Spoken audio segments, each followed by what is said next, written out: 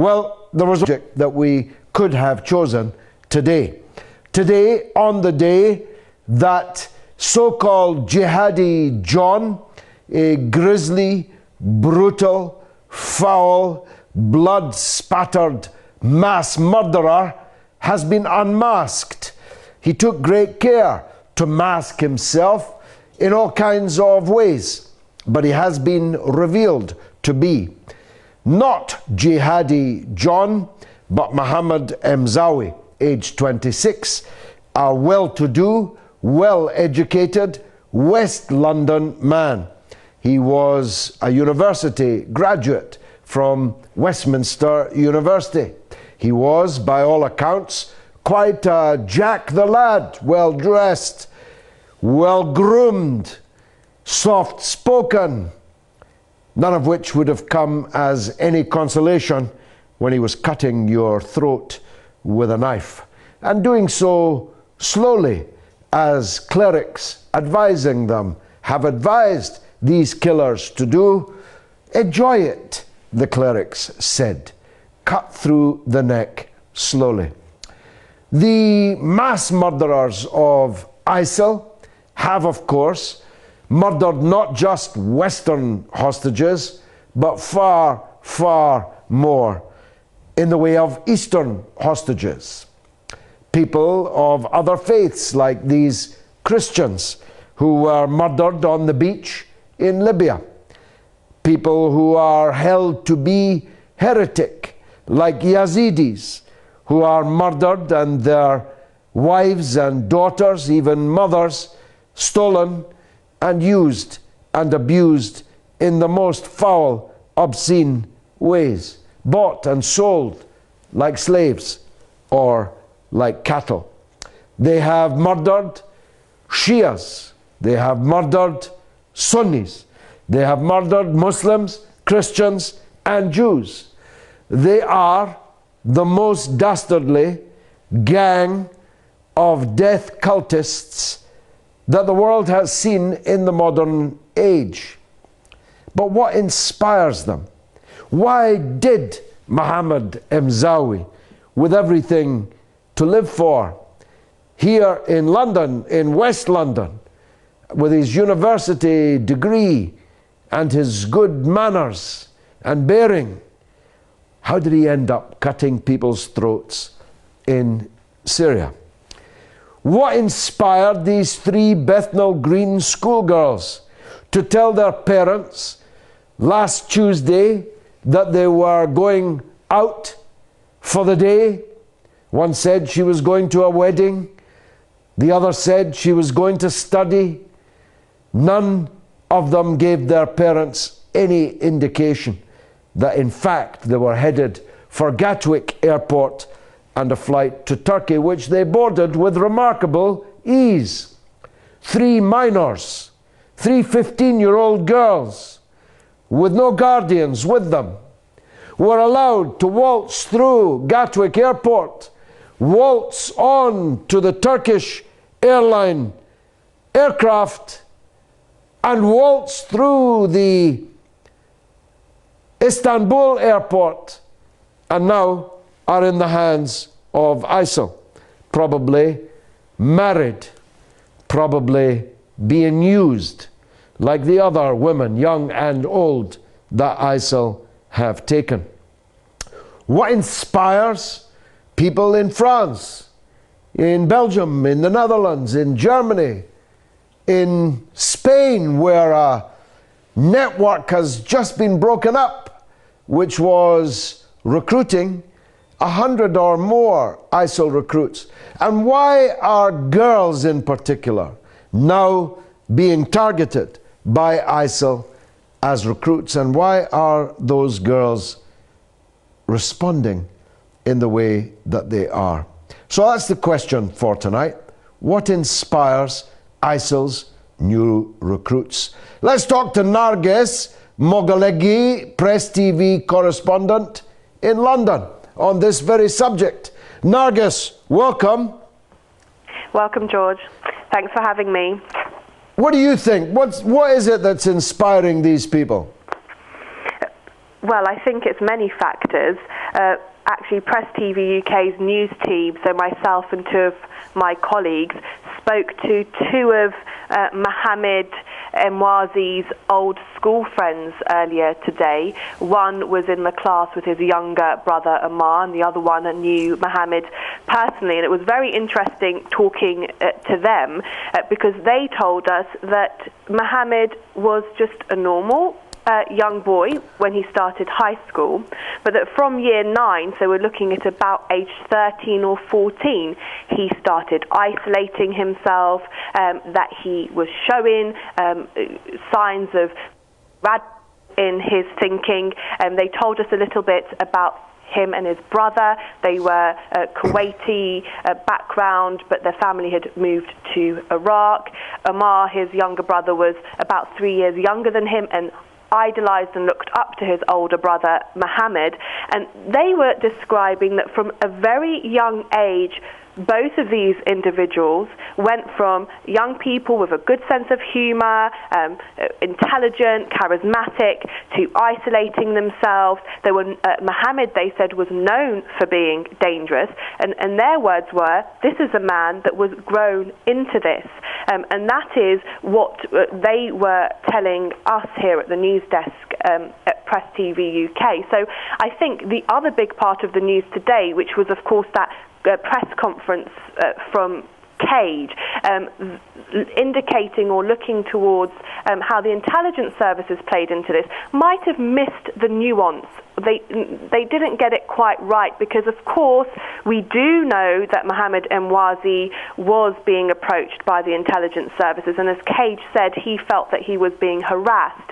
But I think it's short-sighted to just focus on that aspect of the background of the so-called jihadi John to understand why a British Muslim or a European Muslim might become radicalized. It's a factor, several factors and a nuance of things. Yes, perhaps the intelligence services play a part, media coverage plays a part, Islamophobia plays a part, foreign policy of the government may play a part, but also it is important to acknowledge that there is this radicalization that goes on, and sometimes, as is the case perhaps in this instance, as described by these young people who went to school with Mohammed, it's about radicalization from a young age, and that by the time Jihadi John or Mohammed Emwazi gets to his mid-20s, it might seem normalized for him. He might have been waiting for the opportunity to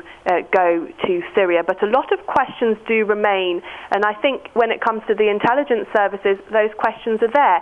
If, as Cage said, he was somebody who had approached them for legal advice, there was a case of intelligence harassment, he was saying that he couldn't board a flight to go to Kuwait. How did he then, years later, just very easily manage to get a plane over to Syria? So there are nuances to this. There are several factors that must all be taken into consideration to understand the full picture. And, of course, many questions that still remain, George.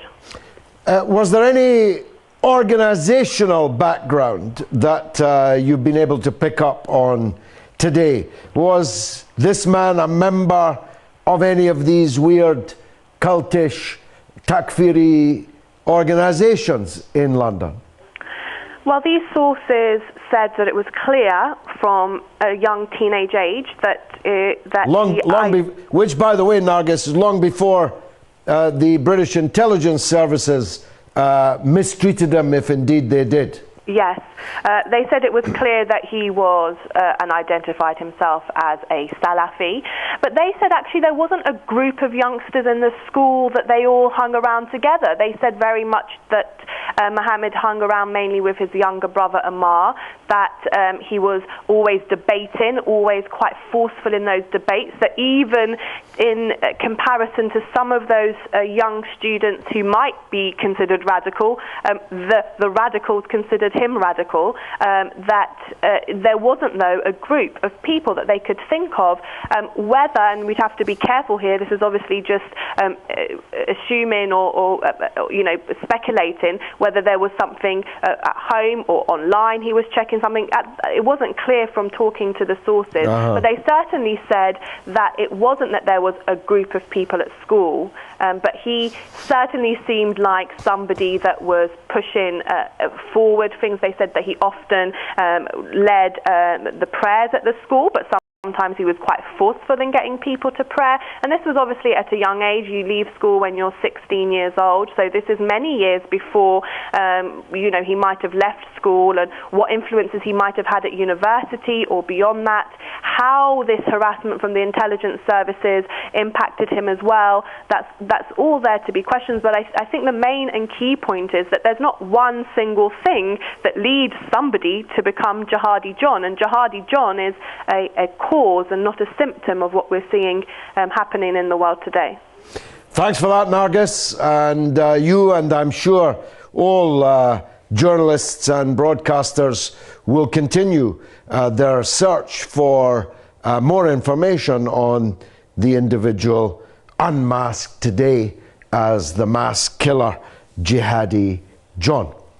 Let me say one or two things before I go to the first caller. We have an intelligence service. It oftentimes isn't very intelligent, but its job is to keep track on people like him. I don't know what would count as harassment. It's said that they sought to recruit him. Well, I very much hope that these gangs of extremists have people within them who are monitoring them. We wouldn't have much of an intelligence service if there were not.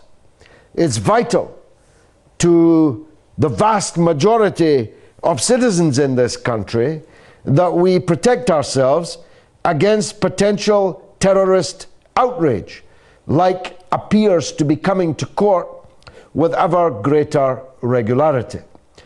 It's a pity that the intelligence service didn't manage to recruit Jihadi John. There might not be so many people whose blood ran into the sand. At least it wouldn't have been at his hands if they had. All of these things are, of course, as Nargis said, a contributory factor. In no particular order of importance, here are the reasons why ISIL is recruiting people. First of all, there is a significant number of people amongst the Muslims around the world who are possessed of a vicious, cruel, sectarian, takfiri cast of mind that is easy to recruit. That further step to becoming a murderer, a killer. Every person who's ever moved in the milieu of the Muslims around the world knows that there is a small but significant section of the Muslims who hate other Muslims who don't quite have the same take on Islam as them, who hate other religions, who hate people who don't believe in religion, who hate people with lifestyles that they themselves find disgusting or unacceptable. They hate enough that if the right recruiter comes along, they could end up in Syria cutting people's heads off. That's a reason, but it's not the only reason. The Islamophobic atmosphere deliberately generated by the media and political class in Britain is another reason. If you pump the airwaves and the newspapers and the discourse of the nation full of foul slander against Islam and against Muslims, you're not dealing with the problem of fanaticism, you're recruiting more fanatics. It's amazing how many idiots can't quite see that. Thirdly, the fact that we have a government, a series of governments, that goes around the world either invading and occupying Muslim countries one after the other, or threatening to do so one after the other, or propping up the tyrants who torture and oppress their people, murdering them at will with weapons we gave them and with political and diplomatic support that we afford them. If you live in a country where your government gives unlimited support to the terrorist Israel to massacre Palestinians in their thousands just last summer, you'd be amazed how radicalizing that can be for some young Muslims. If you live in a country where your faith is routinely rubbished and disrespected, well, that can tend to be a bit radicalizing too. Enough from me. Let's hear from Mo on the line in the UK. Mo, go ahead. Hi, George. Hi there, go ahead, sir. George, again you're distorting the facts, my friend. Tell me. Here, look, 99.9% of Muslims living in Europe have no time for this kind of crap. They are more concentrated on working, bringing their families up. They go to work, they pay their bills, and they're patriotic to the countries they live in, to their adopted homes. So again, you're trying to imply that there are thousands or a large percentage of Muslims who subscribe to these. When did I say that? You just said that in your opening remarks as a large number. No, actually I said the opposite. I mean, it's remarkable, Mo, how you can hear what you want to hear. You said I said there was a large number. In fact, I said there was a small number. But you're trying to imply that it's a very many people. Well, let's try and quantify it, you and I. There's 500 of them already in Syria. True or false? Where did you get that figure from? From ISIL. From George, you know what Donald Trump does?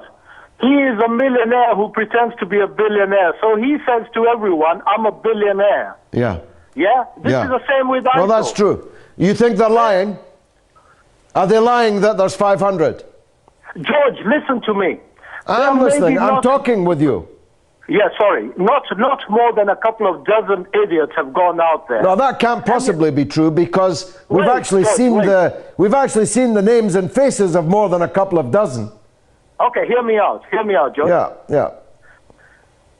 The majority of the people went for so-called humanitarian reasons to deliver ambulances, which were delivered to these ISIL idiots. That's, for lack of a more better word. But unwittingly, they gave all the aid they took through Turkey to northern Syria. They gave it to ISIL because they thought they were helping the Syrians. And now they've sort of stopped this. Now, so let's not count those numbers as part of the ISIL brigade. Well, okay, look, neither you nor I knows the number. Yeah. What we do know is that there are thousands of foreign Takfiris fighting with ISIL. We know that ISIL exists. It's not a mirage. These heads are not being cut off virtually. They are actually murdering people on a large scale, and every person that has been one of their hostages has reported the presence of large numbers of foreign fighters. Can we agree on that? We agree, but they don't have to necessarily be out of Europe. They're more from the region, from Saudi Arabia and Yemen. Of course that's true. I'm not counting them. I don't regard them as foreign fighters. As I regard the Arab people as one, it follows I cannot regard a Yemeni as a foreigner in Saudi Arabia and vice versa. I'm talking about Europeans. All the hostages have reported the presence of large numbers of Europeans. Hundreds of families in Europe have reported their fears that their family members are there. I'm not sure why we're getting bogged down on this point. I did not say that large numbers of Muslims in Britain support ISIL. The opposite is true. I said a small number do. You heard it somehow as a large number. My point is this: there are extremists in the Muslim Ummah as a whole around the world who support this kind of takfiri, sectarian, murderous insanity. Is that right or is it wrong? That's correct. That's correct. No argument there. Okay. Anyway, finish your point, Mo. Okay, George, cui bono? Who benefits? Yeah. The only nation in that region who benefits or that benefits is Israel. If there's chaos in Syria, Lebanon, Iraq, it's only Israel that benefits. Now, what's the ultimate goal? The ultimate goal is to attack Iran. But before they attack Iran, they need to eliminate the threat from Syria, Lebanon, and Iraq, from the Shias in Iraq. Now, this is the ultimate goal that they are going for. So when there's chaos in the region, they are the only peaceful country, and they can do as they please. They can ethnically cleanse or carry out genocide policies of Palestinians and remove all Palestinians from that false state of Israel. Now, George, we cannot say there are many, many Europeans there, especially from the UK. There are a couple of dozens who have combat roles. The women who go out there, God knows what they're doing. They're stupid. They should stay here, get jobs or study or whatever. These three girls are really stupid. Why do you think, let me ask you a question. Why do you think Mohammed Emzawi would effectively do Israel's work for it? Why? George, it's not even established this man is the man who is Jihadi John. I don't know. I don't want to get bogged down with you to say he's the guy, because you're trying to sell something. You have a very powerful position, George. Your voice has been carried to millions of people. So is yours. Let's not distort the facts. So is yours at great length. I agree.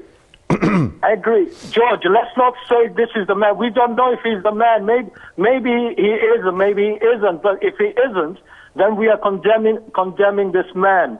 And that's wrong, George. Let's establish for a fact it's him, and then they can do what the hell they like with him. He should be prosecuted in Syria under the Syrian legal system and jailed for the rest of his natural life if it's him.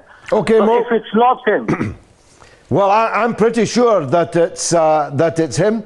You're not so sure. We'll see in time whether it's him or not. We're discussing what motivates these ISIL recruits. But I have to go for a short news bulletin, which will last only 3 minutes, so don't go away.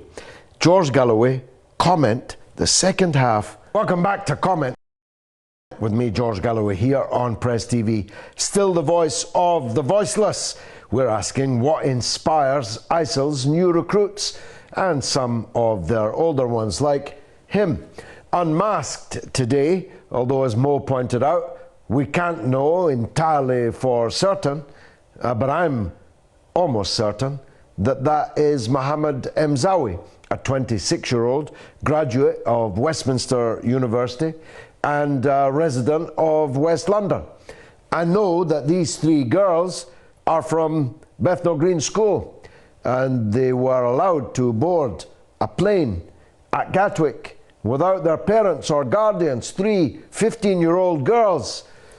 You would have thought somebody somewhere might have worked out, well, maybe these girls are headed for Syria, which is, of course, exactly where they now are. Probably brides already. Brides to takfiri fanatics, like these children they hope will grow up to be.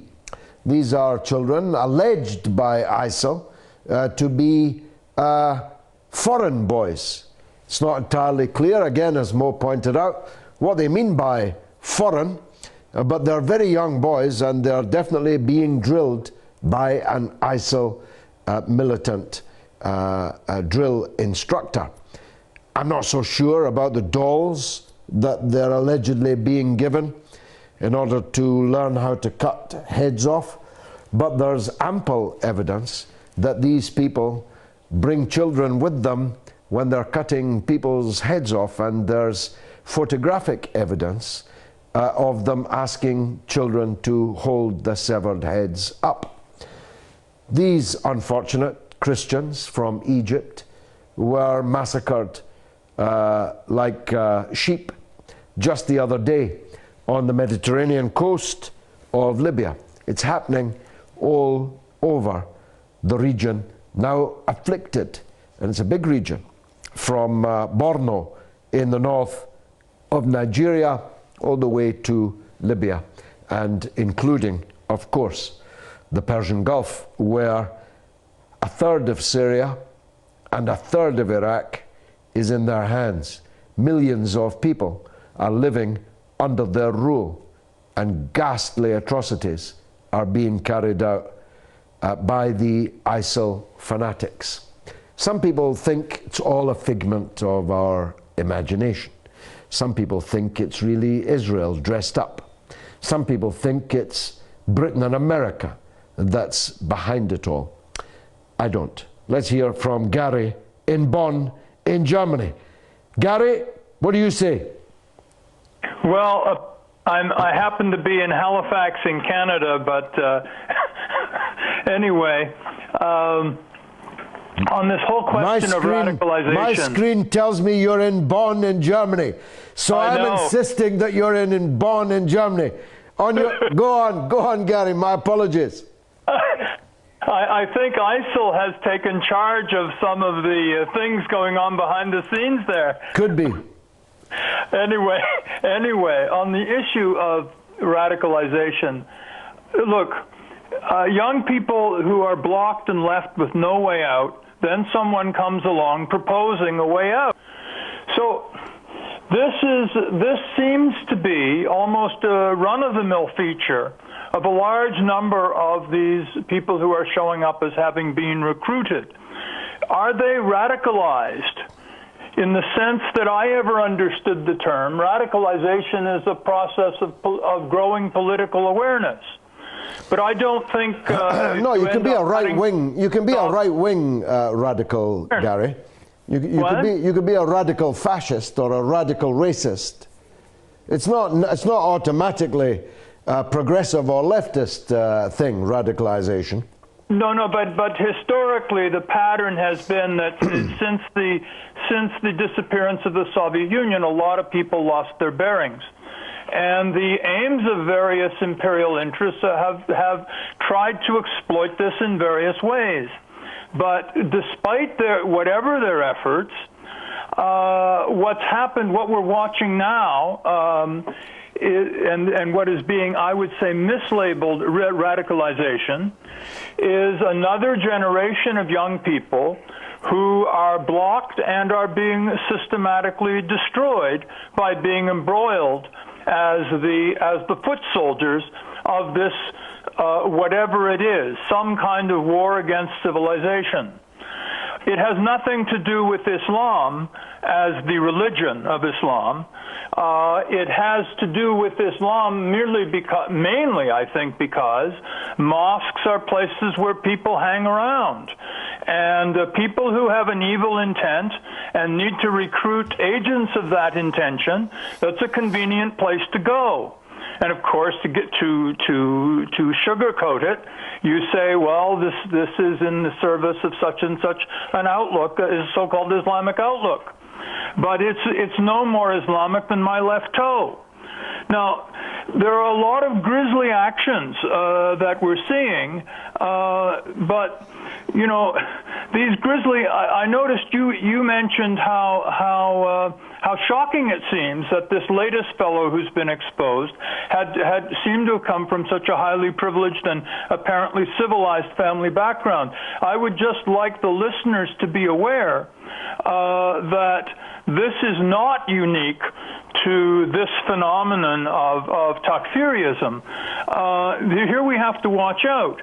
I live in a country that lost 5,000 people absolutely senselessly in a raid on Dieppe in August of 1942. Why? Because a very highly placed British Viscount Mountbatten thought it would be a great way to try to convince the Russians that, yes, the West will open a second front, knowing full well that the Nazis would be waiting for the Canadians. But the Canadians weren't told, and 5,000 of them were either killed or became prisoner. So I'm not very keen about people who have highly privileged and civilized family background when they have this kind of power in their hands. But back to the main point. If we keep on calling this a process of radicalization, we're going to miss the main point, which is young people in vast numbers being blocked with no way out except this way out. Well, he had a way out. That's the flaw in that analysis, Gary. And I'm not sure that a comparison of him and Monty quite works. And I'm not sure that of your history of Dieppe. We'll have to debate that, though, another time. Shaz is in London on the line now. Shaz, welcome to the show. Hi, George. Good evening. Good evening to you, sir. Walaikum salam. Yeah, I mean, you covered most of the points, so you can say it better than me. I don't need to say much. The only thing I would add to it really is that ISIL seems to recruit people who are educated and academically very bright, you know. Yeah. They're not recruiting people who are unemployed and who need guidance. They're seeming to recruit people. So therefore, I would really, really urge Muslim leaders, even leaders within the community of these, the community, the ISIS, the sect of the Muslim sect, the ISIS represent people like clerics from Saudi Arabia and other Arab countries who represent their faith.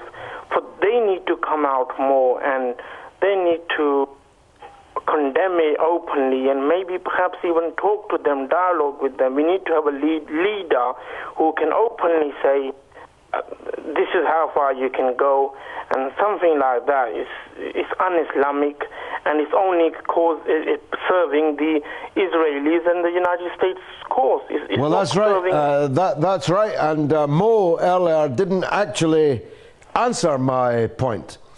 If Israel is a great beneficiary of this savage sectarianism that has taken hold in many parts, actually, of the Arab Middle East and beyond, but let's concentrate on the Arab Middle East. Why would an intelligent, so-called Salafist, so-called Islamist, want to do something and contribute to something that any sensible person can see is benefiting not the Arabs or the Muslims, but benefiting the enemies of the Arabs and the Muslims?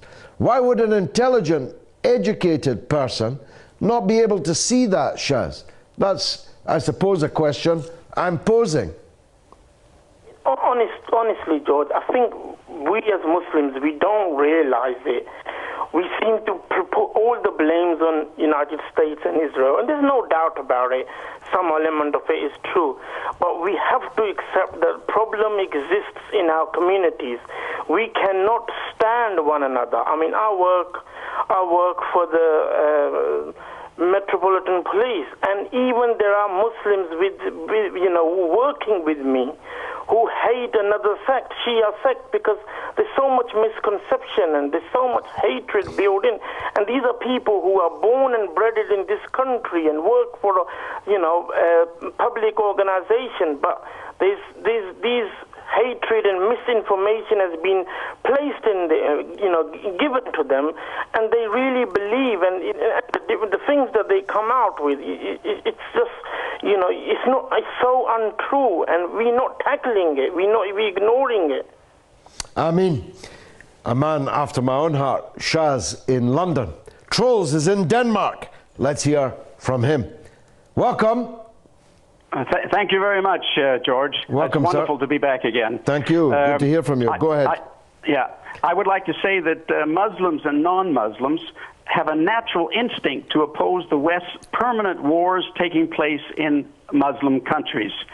And but Muslims in Europe being increasingly demonized and discriminated against are, of course, open to being manipulated into joining something like ISIS.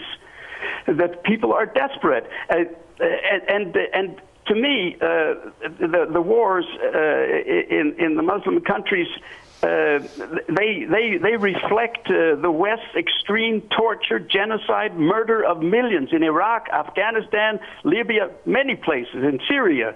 And anybody with a natural instinct against that kind of thing would be open if they are being demonized at the same time and discriminated against and don't have a hell of a lot of resources. You're right, so, and it's a vortex, isn't it? It's a vicious circle. It's a spiraling polarization. The more Islamophobic the atmosphere, the more so-called radicals will be produced, the more atrocities will occur, the more wars that will be justified.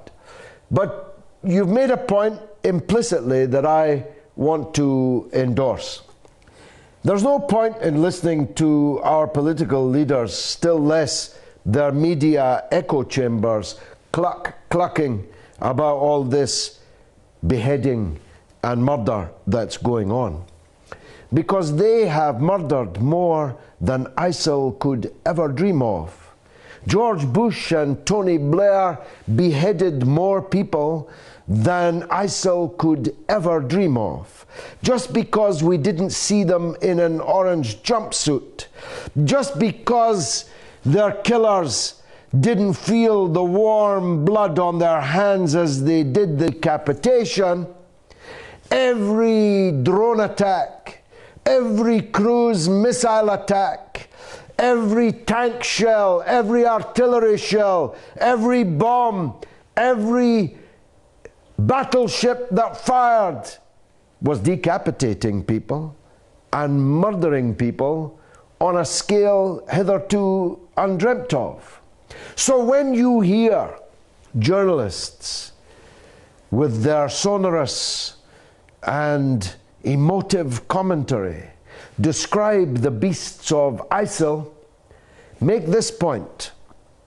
I'm against the beasts of ISIL as much as any person in the world, me. But I'm not more against the beasts of ISIL than I am against the beasts of imperialism, than I am against those that murdered 500 children in the Gaza Strip last summer, many of whom were decapitated too. The difference between me and David Cameron and others is that I am against all of it, not just some of it. Ahmed is in Iran. We should hear from him. Ahmed, welcome to the show. Go ahead. Hello, dear George, and good night. Good evening to you. Go ahead, sir. The motivation for the recruitment of these young jihadists and ISIL, from my point of view, can be discussed in three major categories. Of course, it can be discussed in many other fields, but I think the most important matter is that the concept of jihad is undoubtedly a holy concept in Islam. And as a Muslim, I can tell you that jihad has its deep roots inside the religion. But the point is that I can tell you that this concept is taken as a hostage by this group or by these groups during the last decade. I can give you an example of a jihadi group that is playing its role for more than 3 or 4 decades, and nobody has ever seen such horrific actions from them, like Hezbollah in Lebanon. Even even in my country, you are trying a very different type of jihad in many varieties. A scientific jihad, a political jihad, an economic jihad, and many other types of jihad. So I think to prevent this from being happening in the Muslim, in Europe, and any other place in the world, is that the scholars and clergies in Islam play a very significant role for educating the people that jihad does not mean killing innocent people. After that, we come to an Islamophobia and a very deep harassment and humiliation of Muslims around the globe, especially in Europe, the United States. So discrimination has always had side effects. So the side effects can be seen in these countries, in Syria, in Nigeria, in Iraq, by the actions of these Takfiri groups. And above all is the role of imperialism, as you mentioned, as a difference between you and those who only oppose this type of terrorism and support the state terrorism of Israel. Indeed. As I put it, Ahmed, as I put it once and won an award as Parliamentary Debater of the Year after saying it, I'm against terrorism, whether it's carried out by a man in a turban in the Tora Bora or a man in a suit and a white shirt and tie in the White House or Whitehall. Ahmed, thanks for the call. Ali is on the line in the UK. Ali, welcome. Good evening to you, George. Peace to you and all your listeners. Thank you. Awesome show, as good as always. Thank you very much. Thank you, sir. Go ahead. I wanted to say your topic today about why people are moving to ISIS. I think this is such a. I think just as many people are moving to ISIS as there is people leaving Islam and going elsewhere. But people don't talk about. But I think these people moving to ISIL and joining ISIL, ISIS is just a bad thing for humankind and a bad thing for Islam, and it comes down to, I think, lack of education. And not with this guy that we're talking about today, Ali. No, this guy, the last thing he had was a lack of education. But I think also there is a small group minority where they're actually being pushed to join them by agencies of other countries and enemies of in the Middle East. But of course that will be very, very difficult, George, to prove. But it's based on what's happened in previous years and previous decades, and that's why I come to that conclusion. I think there's agencies operating for other countries that encourage these people to join in. That was certainly the case in my country, Lebanon, where Mossad has agent cells working within the country to attract people to work towards a terrorist organization against governments and against other movements. Ali, that's fascinating. I'd like to explore that further, but lack of time precludes it. Thanks for the call. The last caller is in Mombasa in Kenya, and his name is Hussein. Hussein, welcome to the show. Thank you, George. Assalamu alaikum, George. Wa alaikum salam. Go ahead, sir. Thank you, George. George, I think what inspires these people is nothing but ignorance. And what they see from the TV, we saw what Israel did on Gaza. And what they did, Israel did on Lebanon, Hezbollah in Lebanon. It was very unfortunate.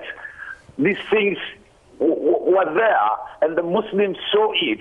And Israel's military might against defenseless Palestinians, women and children. So these people, they show them, and then they tell them this is what these people are doing to the Muslims.